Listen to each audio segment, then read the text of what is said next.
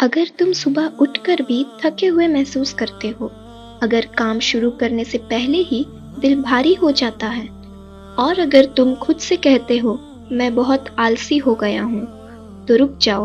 شاید مسئلہ آلسی پن کا نہیں، شاید تمہاری روح تھک چکی ہے۔ روحانی تھکان کیا ہوتی ہے؟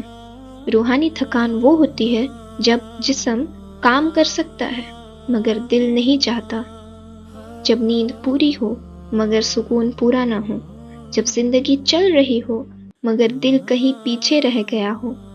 اسلام اس حالات کو سمجھتا ہے، اسے نظر انداز نہیں کرتا۔ روح کیوں تھک جاتی ہے؟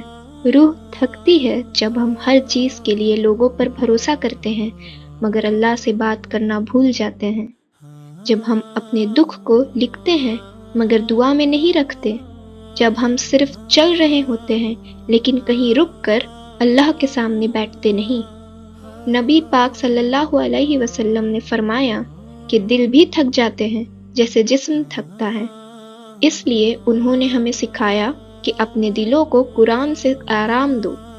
روح کو بھی غذا چاہیے ہوتی ہے اور اس کی غذا اللہ کا ذکر ہے۔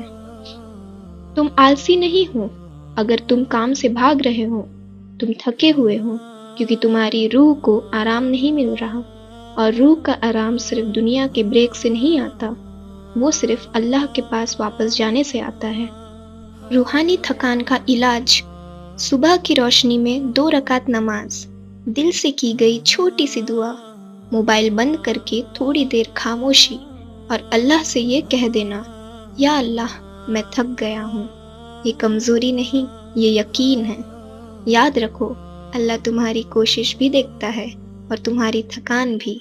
تمہاری روح کو ڈانٹ کی نہیں، رحمت کی ضرورت ہے، اس لیے خود پر سختی چھوڑ دو اور اللہ کے ساتھ دوبارہ بیٹھنا شروع کرو۔